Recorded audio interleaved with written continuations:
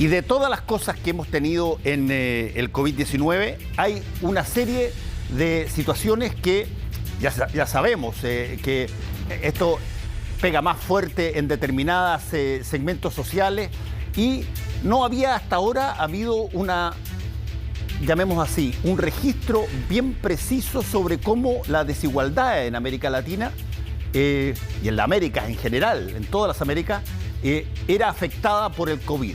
El caso chileno es bien, el caso, perdón, de América Latina es bien impresionante.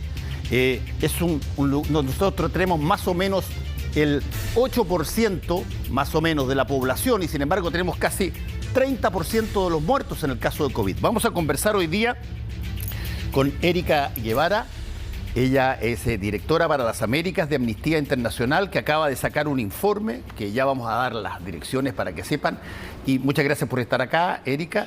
¿Y por qué hicieron un informe o fueron a buscar el rol que jugó la desigualdad en la situación del COVID-19 o se encontraron con esa realidad mucho más fuerte de lo que se tenía pensado? Bueno, Fernando, Desigual y Letal es un informe que realizó Amnistía Internacional en colaboración con el Centro de Derechos Económicos y Sociales, precisamente para entender las claves del por qué América Latina y el Caribe se convierten en el epicentro de la pandemia de COVID-19. Tú acabas de dar las cifras de personas que fallecieron. Cabe mencionar que son cifras oficiales. Sabemos que en muchos países el subregistro ha sido una preocupación constante, países como Perú, como México, que han tenido que reconocer posteriormente que las cifras en realidad son mayores a las que se reportan día con día de muertes de personas que han fallecido por razón de COVID. Pero no solo es el número de muertes y el número de personas contagiadas, ha sido también las devastadoras consecuencias en términos de protección social que ha sufrido un grandísimo porcentaje de población en América Latina y el Caribe. Imagínate que la CEPAL determina que desde el inicio de la pandemia hasta el día de hoy se han sumado 14 millones de personas al grupo de personas que viven en situación de pobreza y que del grupo total de personas que viven en situación de pobreza, 16 millones cayeron en extrema pobreza. Además, el informe que analiza 17 países que en composición tienen a la mayoría de la población de la región y hace un análisis cuantitativo y cualitativo de esta información, también determina que las personas están enfrentadas a una situación de precariedad laboral, de falta de acceso a servicios básicos, no solo de la salud siendo el centro, ¿verdad?, el acceso al derecho a la salud, pero otro tipo de protecciones que son necesarias para acceder a la salud. Tú recordarás que a partir de marzo del 2020, cuando se declara la pandemia de COVID-19, la Organización Mundial de la Salud se dedicó a enseñarnos a lavarnos las manos, ¿verdad? Todo el mundo teníamos que aprendernos los pasos de los 20 segundos, el jabón y demás. Exactamente. Bueno, pues un altísimo porcentaje de la población de América Latina, particularmente de grupos históricamente marginalizados, como nuestros pueblos indígenas, las comunidades negras, las mujeres y niñas que viven en situación de pobreza en zonas rurales, no pudieron implementar el aprendizaje porque ni siquiera tenían acceso a aguas limpias, a agua potable, agua limpia para poderse lavar las manos. Entonces, ese es un determinante social, por ejemplo, que en nuestro informe pudimos evaluar cómo todos estos determinantes, que son parte de estas brechas de desigualdad enormes, terminaron afectando desproporcionalmente a un número importante de la población de América Latina y el Caribe, que ya atravesaba por múltiples crisis en materia de derechos humanos, precisamente por los temas de desigualdad, discriminación y racismo. Ahora, hay una situación que creo que es bien interesante de destacar en todo este proceso.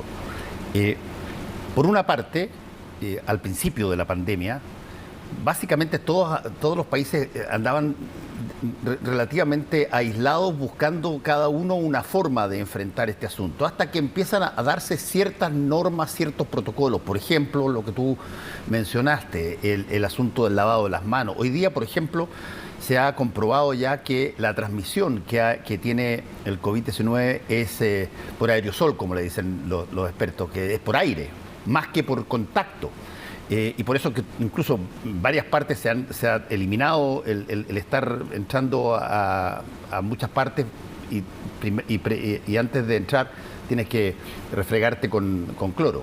Pero lo que sí es interesante es que el patrón, me pareció muy impresionante la cifra que ustedes ponen en el informe, de que una población que corresponde más o menos al 8,3% de toda la población mundial tenga casi 30% de los muertos.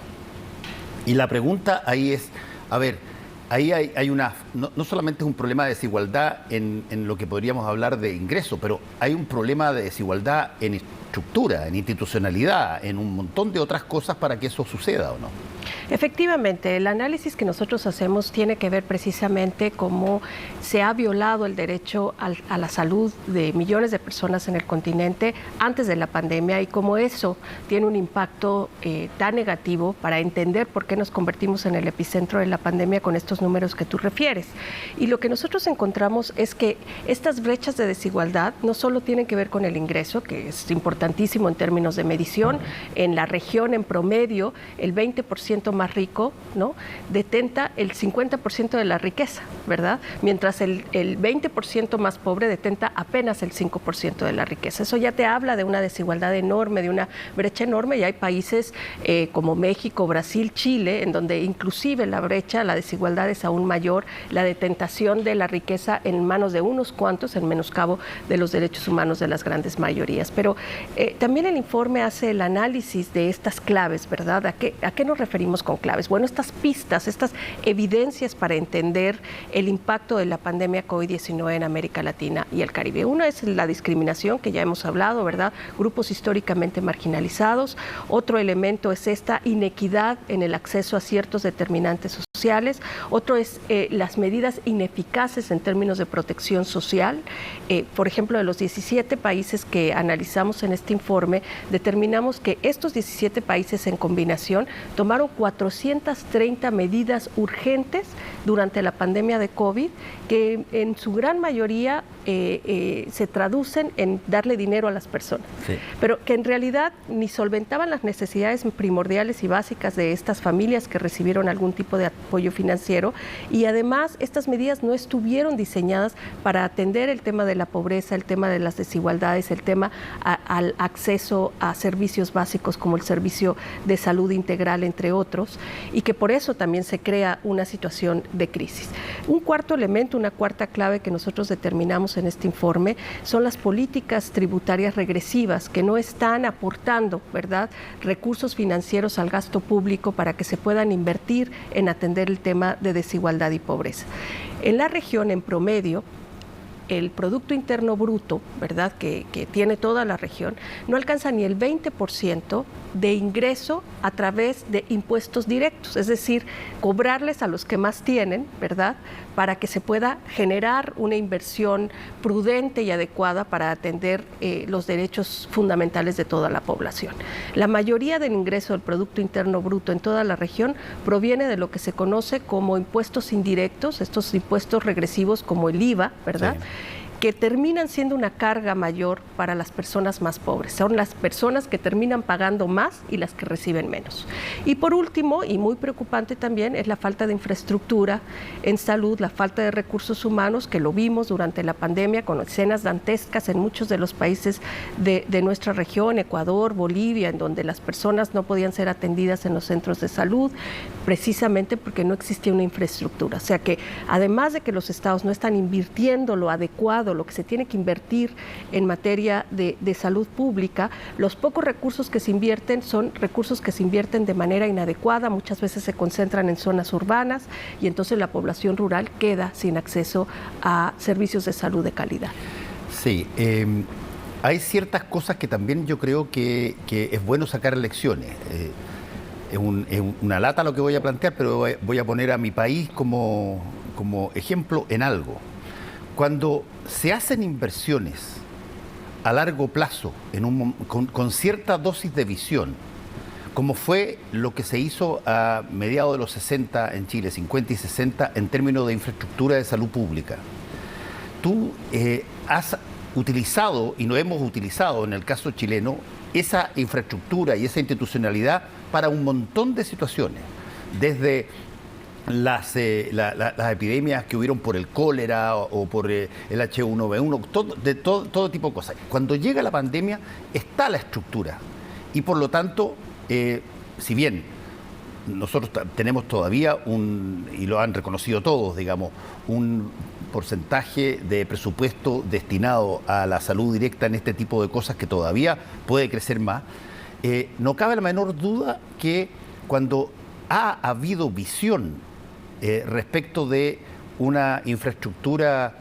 en este caso de vacunación, por ejemplo, de salud pública de primera categoría, el resultado es pero una recompensa gigantesca a la hora de este tipo de situaciones. Y nosotros en ese sentido tenemos una alta vacunación, por ejemplo, pero al mismo tiempo el sistema de salud para este tipo de cosas funciona muy bien, pero para otro tipo de cosas, por ejemplo, camas críticas y otro tipo de enfermedades que tienen que estar esperando, bueno, estamos como muchos otros países que tenemos que hacer espacio para meter camas porque no estamos cumpliendo perfectamente esa segunda parte.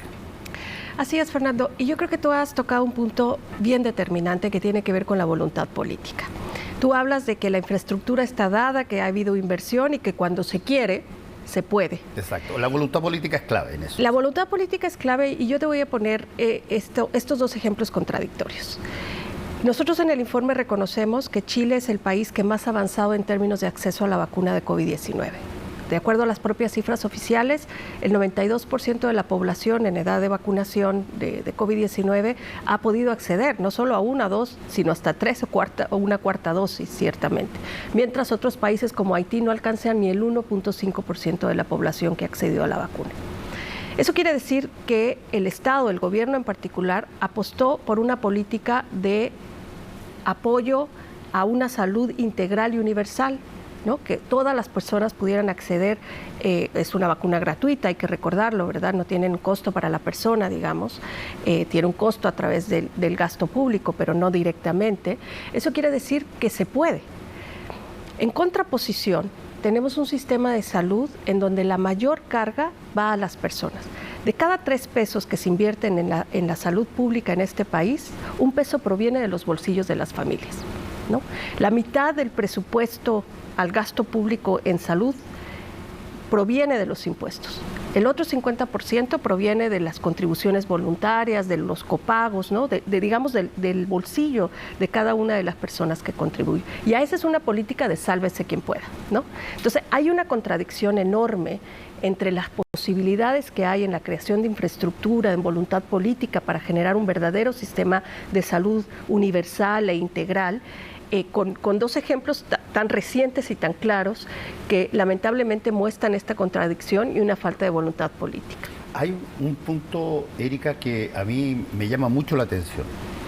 Si hay algo que las epidemias transmiten, es que aquí nadie puede salvarse solo. Claro, tú puedes ser una isla en la mitad de un gigantesco océano y en la medida que no llegue ni un barco ni salga ni un barco, eventualmente puede que no te pase nada, pero esa es una excepción gigantesca.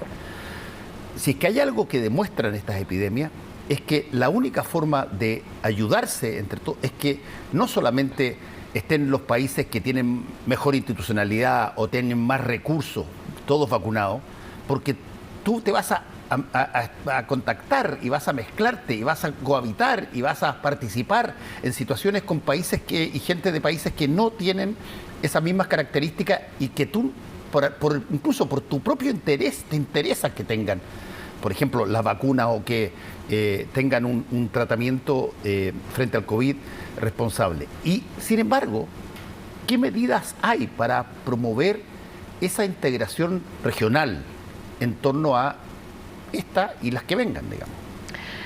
Bueno, nuestro informe dice no podemos esperar a la siguiente pandemia, ¿no? La salud no puede esperar. Los estados tienen una oportunidad en sus manos precisamente de atender estas causas estructurales, estas enormes brechas de desigualdad, la discriminación, el racismo que ha imperado en un continente atravesado por múltiples crisis en materia de derechos humanos.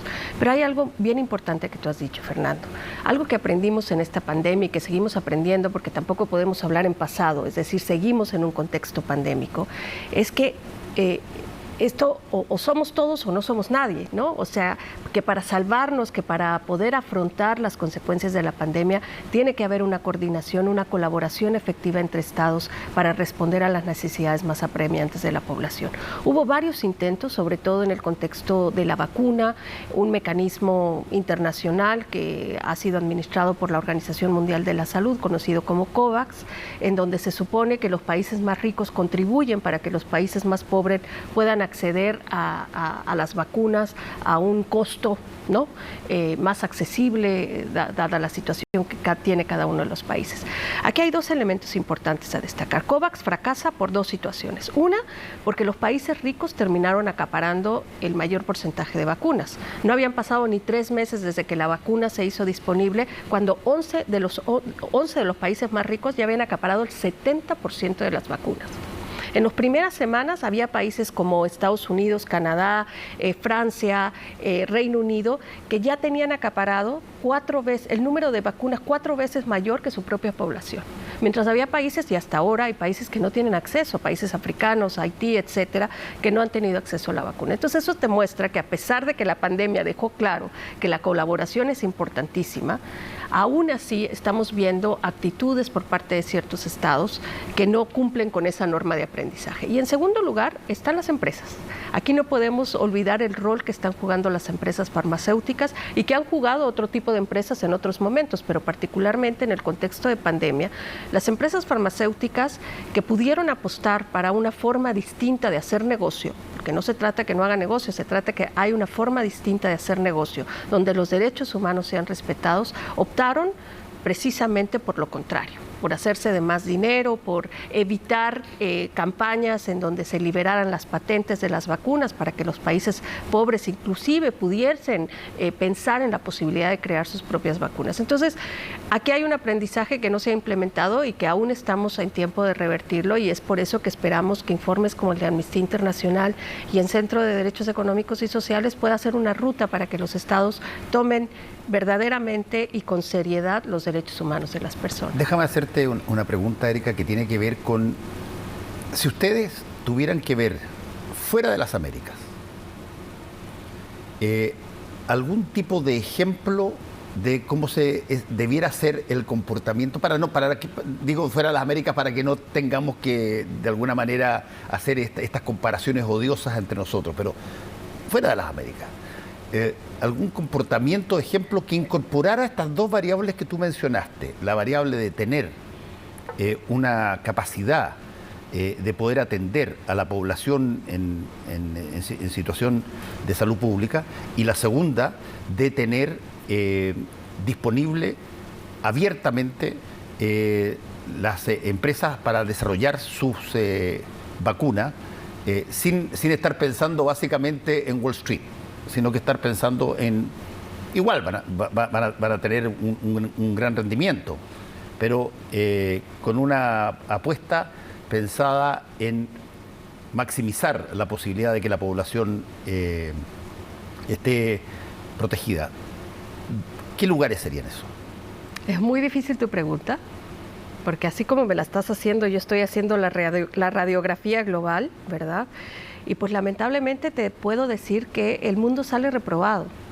La propia Organización Mundial de la Salud en algún momento habló de la crisis moral por la que estábamos atravesando. Yo creo que seguimos atravesando esa crisis, a pesar de que, por ejemplo, en nuestro continente una gran mayoría de los países ha podido acceder a la vacuna. En otros continentes no es el caso. Estamos viendo el continente africano, que hay un porcentaje muy reducido de personas que están accediendo a la vacuna de COVID-19. En países asiáticos, lo mismo, en donde además ya se conocen de nuevas variantes, precisamente por lo que tú decías, se salvan unos, pero otros están expuestos, y esa exposición hace que se creen nuevas variantes que después exponen a quienes están vacunados contra una sola. En realidad ha fallado el sistema, inclusive multilateral, ¿verdad?, a través de la Organización Mundial de la Salud, con este mecanismo COVAX, claramente ha fracasado precisamente por la falta de voluntad de los estados para aprender de esta pandemia a colaborar, ¿no? Por último, te quiero preguntar sobre, dado lo que se aprende en este tipo de cosas, cada pandemia, cada situación de este tipo, te debiera sacar una serie de enseñanzas, lecciones, qué cosas tenemos, qué nos falta. Por ejemplo, déjame contarte una cosa aquí en Chile, que ha rebrotado muy fuerte. Nosotros fuimos durante muchísimo tiempo, décadas, uno de los países mayores productores de vacunas que había en América Latina. Posteriormente se cambia el sistema, se cambia la lógica de eso, era más barato comprar las vacunas en India y comprarlas en China y dedicar las cosas a generar ingresos por otra forma.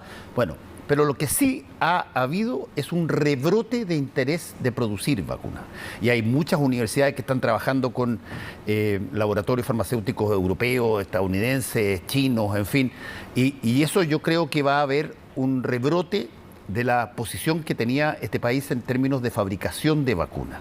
Y yo me imagino que cuando te pasa lo que nos está pasando, muchos países, si es que no tienen una situación de previa o una instalación, piensan, a ver, creo que es el momento de empezar a poner un poco la lógica de la voluntad política. Pongamos la fuerza y la inversión en proteger a la ciudadanía de lo que viene, de las próximas cosas que eventualmente puedan venir. Esto tanto en salud pública como en confección de vacunas. Tú estás viendo países que han cambiado su sistema de ser básicamente gente que tiene que conseguir, pero a duras penas, dólares para poder comprar, a pensar en que eventualmente las puedan hacer o puedan juntarse con varios países para tener algún tipo de situación de este tipo? Ha habido intentos y propuestas. Por ejemplo, Costa Rica también ha presentado al inicio de la pandemia y ha seguido como intentando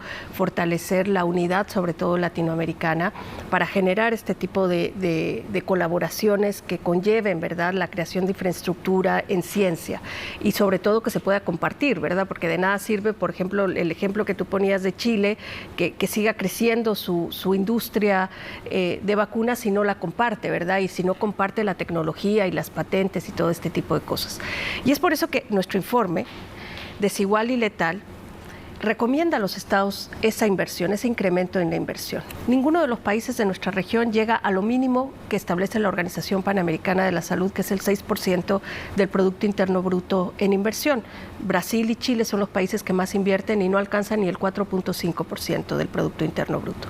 Aquí hay una necesidad de invertir, pero sobre todo de incrementar los recursos para atender el tema de la desigualdad.